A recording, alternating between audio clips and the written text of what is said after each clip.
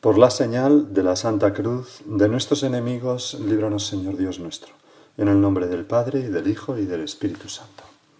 Señor mío y Dios mío, creo firmemente que estás aquí, con cada uno de nosotros, donde estemos, en nuestras casas,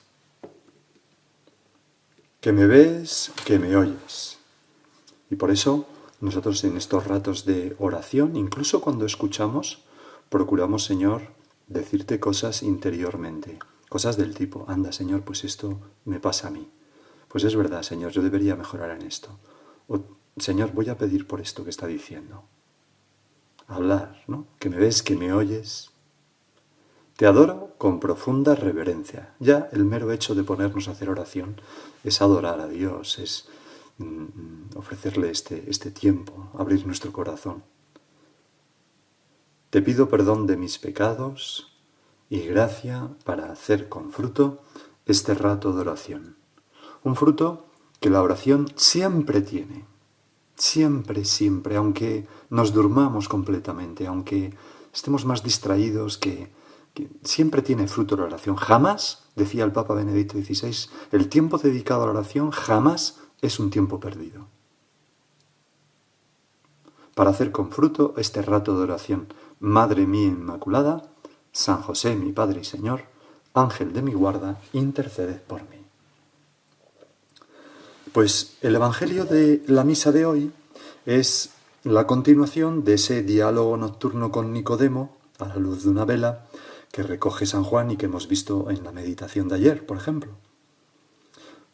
Quizás San Juan asistió como espectador admirado de ese diálogo entre susurros de dos maestros de Israel, Nicodemo, fariseo y miembro del Sanedrín, representante del poder de los judíos, por un lado, y por otro lado el rabí Jesús de Nazaret, de una aldea pobre, un carpintero, pero a la vez un profeta poderoso en obras y palabras.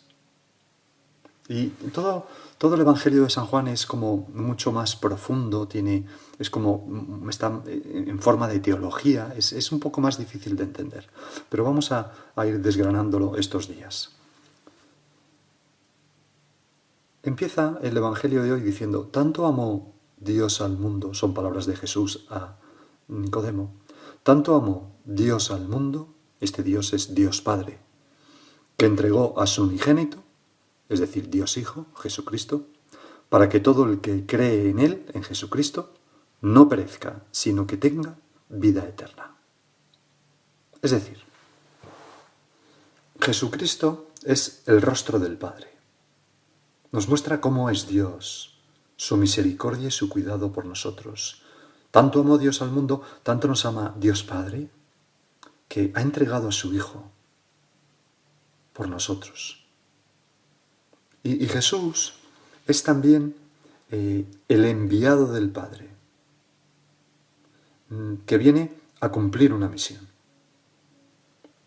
Hay un padre de la Iglesia que dice que Jesucristo, o sea, Dios Hijo y Dios Espíritu Santo, son dentro de la Trinidad como los brazos, las manos del Padre, ¿no? Para hacer cosas. Pues Jesucristo viene a este mundo, se encarna, enarbola una bandera y dice, seguidme, ¿no? Y empieza un camino entre nosotros. No sé si sabes que la infantería judía, los oficiales no tienen una voz que diga adelante, sino que la voz es seguidme, porque ellos siempre van por delante. Por eso, cuando había guerras entre judíos y árabes, pues siempre el mayor número de muertos era entre los oficiales, porque siempre van por delante. Bueno, pues el Señor hace esto, seguidme. Y ese camino que Jesús abre, que nos conduce a la salvación, al perdón de nuestros pecados, es el camino que nosotros tenemos que pisar, como ese juego que a veces hacen los niños, que uno va pisando y el otro va detrás y van recorriendo distintos saltos y el otro tiene que hacer lo mismo. Tú, Señor, nos pides que fijemos en ti la vista, nuestros ojos, y que sigamos tus pasos, por un camino que tú ya vas abriendo, desbrozando, vas haciendo saltar por los aires los obstáculos que hay. Lo has hecho con tu pasión, muerte y resurrección. Incluso ese obstáculo de la muerte lo has destrozado para que nuestro camino al cielo sea franco. ¿Y cuál es ese camino? Pues es el camino que siguió nuestro Señor, es el camino del amor a la voluntad del Padre y del amor a los demás, a todos nuestros hermanos, los demás hombres. Es un camino que se resume en el doble mandamiento del amor. Y es un camino que necesariamente pasa por la cruz, por el sacrificio, aceptado con una sonrisa, porque el amor sin sacrificio no se puede recoger. Más aún, lo que el Señor hizo fue transformar por el amor un acto tan violento como era la crucifixión en un acto liberador, pleno de amor, que nosotros ahora llevamos colgado al cuello, un símbolo de eso, las cruces. Señor, ¿cómo acepto yo las cruces del día? Lo que me contraría, lo que me enfada, lo que no me gusta, lo que me causa rechazo en los demás. Mira, en la Armada hay una gran tradición de esto porque se sabe que hay una enfermedad, cuando se lleva muchos días navegando, encerrados todos juntos en un barco, hay una enfermedad mental que se llama la mamparitis. Los mamparos son las paredes de los compartimentos. Pues la mamparitis se manifiesta, entre otras cosas, en que uno empieza a obcecarse con las cosas de los demás. Y nos empiezan a enfadar muchísimo cosas que no tienen ninguna importancia. Y empezamos a darle vueltas a la cabeza y a juzgar. Y fulanito, ¿por qué hace y este tío es la quinta vez que no sé qué, y además no tiene en cuenta que no sé cuánto, y hasta otra vez con no sé cuánto, y empezamos seguro que tal, e incluso le ponemos malas intenciones y tal. Entonces, es muy importante saber que esto que nos está pasando no soy yo, sino que es la mamparitis, y decir, frena, frena, frena. No, no es nada así. No es nada, absolutamente nada. Lo único que me pasa es que me estoy rayando. Pues a veces, Señor, nosotros, yo al menos, ¿no? Me pasa esto. A veces no soy capaz de aceptar la cruz con una sonrisa, sobre todo cuando la cruz es algo que no me gusta o me causa de rechazo de aquellos con los que convivo. Y, Señor, con pena lo digo, a veces eso me lleva a juzgar, interiormente al menos, sus intenciones, su modo de ser, su carácter, cuando tú le has querido así, le has hecho así. Fíjate lo que luego dice Jesús después de esa frase. Dice, porque Dios Padre, no envió a su Hijo al mundo para juzgar al mundo, que es lo que yo, Señor, qué pena, tantas veces hago, sino para que el mundo se salve por Él. Se salve por el ofrecimiento que tú, Señor, hiciste de tu vida en la cruz por todo el mundo. Y si tú, Señor, que eres perfecto, no has sido enviado a juzgar, sino a ofrecerte como salvación por tu entrega y por tu aceptación de las heridas que nuestros pecados te han causado, por tu paciencia, ¿qué no habré de hacer yo? ¿Cómo voy a juzgar yo a los demás? ¿Os acordáis de las palabras del Evangelio el domingo pasado, domingo de la misericordia? En aquella primera aparición, era también Juan el que las contaba, decía, nuestro Señor se aparece a los apóstoles y les dice, paz a vosotros, como el Padre me ha enviado, así también os envío yo. Compara esto porque Dios no envió a su Hijo al mundo para juzgar al mundo, sino para que el mundo se salve por Él. Es decir, que el Padre envió a Jesús no para juzgar, sino para salvar al mundo. Y dice, así también os envío yo, es decir, no para juzgar, sino para salvar al mundo por medio de vuestra entrega. Nosotros hemos sido enviados no a juzgar, sino a ofrecernos como salvación. ¿Por qué? Pues por nuestro modo de amar a los demás y de amar a Dios con una sonrisa.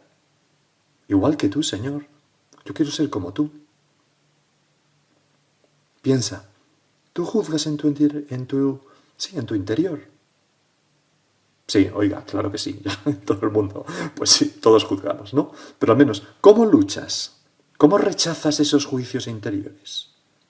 ¿Rezas por esa persona que sin quererlo instintivamente tu pensamiento ha empezado a juzgarlo mal? ¿Procuras disculpar a esa persona en tu cabeza? ¿Sabes dominar la ira, el enfado que esos juicios críticos te van produciendo y callarte? Al menos eso, al menos callar. ¿Sabes? Estarte quieto, no reaccionar de una manera desabrida, molesta. Aquella escena de la película de Braveheart, cuando ahí están todos los hombres ahí en torno a aquel caudillo con sus lanzas, y entonces viene la caballería de frente y como Mel Gibson, no me acuerdo cómo se llamaba, el Wallace, ¿no? Les va diciendo quietos, quietos, y están como temblando ante lo que se les viene encima, y hasta que en un momento de lado levantan las lanzas, ¿no? Pues hay que saber también decirnos quietos, quietos, aguantar, no, no, no, me voy a callar. Santa Teresa, que era una mujer de carácter, les decía a sus monjas en el convento, donde también hay roces en los conventos, lógicamente, porque todos somos seres humanos, ¿no? Y en una convivencia estrecha, pues se nota. Imagínate, monjas de clausura llevan 50 años con las mismas. Y lógicamente, pues surgen roces.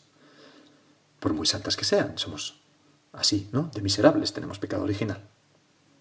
No es que sea humano, lo humano no sería esto, lo humano sería amar a los demás, pero, en fin, la naturaleza herida hace que reaccionemos a veces de este modo más propio del diablo que de ser imagen de Dios, pero así somos todos y por eso necesitamos la gracia, Señor, ayúdanos. Bueno, el caso es que Santa Teresa les decía a sus monjitas que cuando notaran que crecía dentro de ellas, la ira y la rabia contra alguna de sus hermanas, que repitieran: Jesús te quiero, Jesús te amo, Jesús te quiero, Jesús te amo. Y les decía, porque hermanas mías o hijas mías, estas frases tan dulces actúan como un exorcismo en nuestra alma que expulsa al demonio de la ira.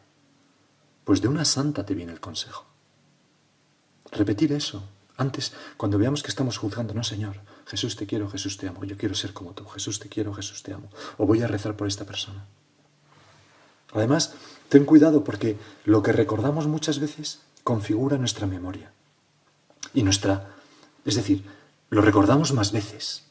Si yo pienso, esta persona es egoísta, pues ya tengo un 10% más de posibilidades de que la siguiente vez que lo vea piense, es un egoísta. Y la siguiente, y si lo recuerdo 100 veces, es imposible que recuerde nada de él más que es un egoísta. Y cuando le vea, voy a ver gestos de egoísmo. Porque los juicios interiores configuran mi mente de un modo que ya la percepción de las cosas está como deformada por esa visión. Solo vemos lo malo. Esto lo contaba de una manera muy gráfica un santo, San José María, con un ejemplo que es un tanto gracioso. Él ponía el ejemplo del escarabajo pelotero. No sé si... Yo nunca entendí bien ese ejemplo, aunque lo había oído, hasta que no hace demasiados años contemplé por primera vez un escarabajo pelotero en el campo en acción. Es un escarabajo grande que tiene como 2 cuernecillos delante y las patas delante bastante grandes. Y entonces contemplé cómo este bichillo había hecho una pelotilla de porquería. En fin, y entonces esa pelotilla la iba llevando con las patas entre los 2 cuernecillos delante, la iba llevando delante, iba subiendo pequeñas montañitas de tierra, bajándolas, subiéndolas, a veces la bolita se iba rodando por delante de él salía detrás, la volvía a coger, la empujaba, y cuando lo vi pensé, ¡wow! Realmente, qué vida, ¿no? Todo el día con una bolita de porquería delante de los ojos, ¿no? Todo el día encadenado a esa bolita de porquería. Y me acordé de cómo San José María decía que los juicios críticos nos convierten en escarabajo pelotero. No lo decía con esta expresión, pero sí la expresión de escarabajo pelotero. Y digo, qué verdad, porque mi mente, Señor, se encadena y se hace esclava y ya, en vez de ver las cosas buenas de los demás, no veo más que lo malo. Porque he permitido muchos juicios en mi interior que han configurado mi percepción de las cosas. Señor, ayúdame, ¿no? Ayúdame a tener bien claro que solo Dios juzga, Dios Padre, ni siquiera Dios Hijo, porque solo Dios conoce a fondo los corazones. Y cuando Dios conoce a fondo a alguien, ¿cuál es su respuesta? La misericordia. Y es verdad que esto nos puede llevar alguna vez a ser ingenuos, a no darnos cuenta de cosas malas de los demás. Pues mejor es pecar de ingenuo que ser un mal pensado. Mejor es liberar mi mente para ver cosas buenas que estar todo el día con la pelotita de porquería delante, como el escarabajo pelotero. Crea en mí, oh Dios, un corazón puro. para ver lo mucho de bondad que hay en los demás. Aquello que decía también un santo, San José María, de nuevo, que yo vea con tus ojos, Cristo mío, Jesús de mi alma. Que nos has mirado con una mirada tal que has visto valiosos, nos has visto lo suficientemente valiosos como para morir por nosotros, en la cruz.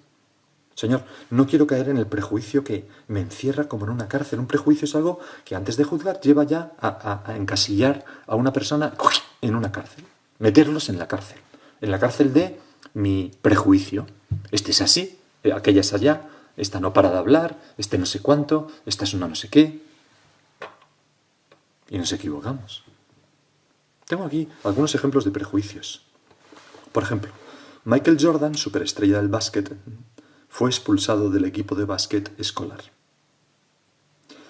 Otra, Albert Einstein no habló hasta los 4 años de edad y aprendió a leer a los 7. Y su maestra lo calificó como mentalmente lerdo. Albert Einstein. Otra, en 1944, Emmeline Snively, directora de la agencia de modelos Blue Book Modeling, le dijo a la candidata Norman Jean Baker: sería mejor que hicieras un curso de secretaria o buscaras un buen marido. Bueno, Norman Jean Baker fue Marilyn Monroe.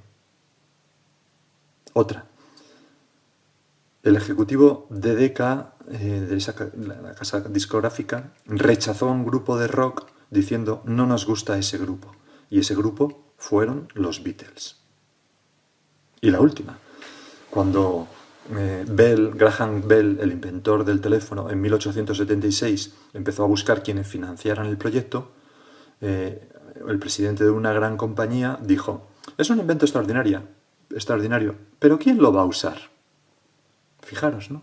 Qué grandes oportunidades se perdieron todas esas personas por sus prejuicios, por no estar abiertos.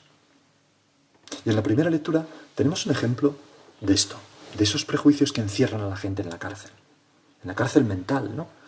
En este caso, una cárcel de verdad. Dice: en aquellos días el sumo sacerdote y todos los suyos, son los Hechos de los Apóstoles, que integran la secta de los saduceos, en un arrebato de celo, prendieron a los apóstoles y los metieron en la cárcel pública. Aquellos hombres que todo el mundo estaba admirado con su predicación. ¿Pero qué pasa? Por la noche, el ángel del Señor les abrió las puertas de la cárcel y los sacó fuera, diciéndoles: marchaos, y cuando lleguéis al templo, explicad al pueblo todas estas palabras de vida. Entonces ellos, al oírlo, entraron en el templo y se pusieron a enseñar. Y entonces los sumos sacerdotes mandan a los alguaciles a buscar a esos hombres para juzgarles, y cuando vuelven les dicen: hemos encontrado la prisión cerrada con toda seguridad y a los centinelas en pie a las puertas, pero al abrir no encontramos a nadie dentro. Estaba vacío. Al oír estas palabras, ni el jefe de la guardia del templo ni los sumos sacerdotes atinaban a explicar lo que había pasado. Uno se presentó diciendo: mirad, los hombres que metisteis en la cárcel están en el templo enseñando. Entonces el jefe salió con los guardias y se los trajo, sin emplear la fuerza, claro, prudentemente, no unos tipos que son capaces de irse de la cárcel sin despertar y sin abrir una puerta, no es como para ponerles las manos encima, por miedo a que el pueblo los apedrease. Señor, mándame a mí un ángel para abrir la cárcel de mi mente y liberar a quienes haya hecho prisioneros por mis juicios críticos interiores. Señor, límpiame la cabeza y el corazón. Ayúdame a romper las cadenas de quien yo he apresado con esos juicios interiores. Vamos a pedírselo a nuestra Madre. No nos la imaginamos juzgando a nadie, sino sonriendo, acogiendo, pidiendo, haciendo ver las cosas buenas. Bueno, Señor, es verdad que es un poco así, pero fíjate en esto otro también. Vamos a pedírselo a nuestra Madre. Y cada uno en este tiempo, personalmente, de oración personal, puede como hacer un poco de examen y concretar algún propósito o, por ejemplo, una persona a la que voy a intentar mirar con mejores ojos.